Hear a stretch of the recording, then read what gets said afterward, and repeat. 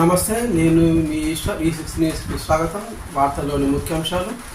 వరంగల్, ఖమ్మం, నల్గొండ పట్టభద్రుల ఎమ్మెల్సీ ఓట్ల లెక్కింపులో గందరగోళం నెలకొంది. మొదటి ప్రాధాన్యత ఓట్ల లెక్కింపులో 3 రౌండ్ల పూర్తి కాగానే కాంగ్రెస్ అభ్యర్థి తీన్మార్ మల్లన్న 18,876 ఓట్ల ఆధిక్యంలో ఉన్న క్రమంలో కౌంటింగ్లో అవకతవకలు జరిగాయంటూ బీఆర్ఎస్ అభ్యర్థి రాకేష్ రెడ్డి ఎన్నికల అధికారులపై సంచలన ఆరోపణలు చేశారు.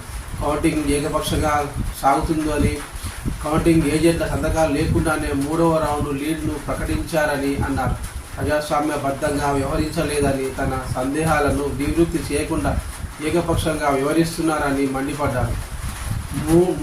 మూడో రౌండ్ పూర్తి కాగా పోలైన 3,36,013 ఓట్లలో 2,88,000 ఓట్లను లెక్కించారు. కాంగ్రెస్కు 1,06,234, బీఆర్ఎస్కు 87,356 ఓట్లు, బీజేపీకి 34,516 ఓట్లు వచ్చాయి. ఇండిపెండెంట్ అభ్యర్థి అశోక్ కుమార్కు 27,493 ఓట్లు పడ్డాయి. కాంగ్రెస్ పార్టీ అభ్యర్థి తీన్మార్ మల్లన్నకు 18,876 ఓట్ల ఆధిక్యంలో ఉన్నారు.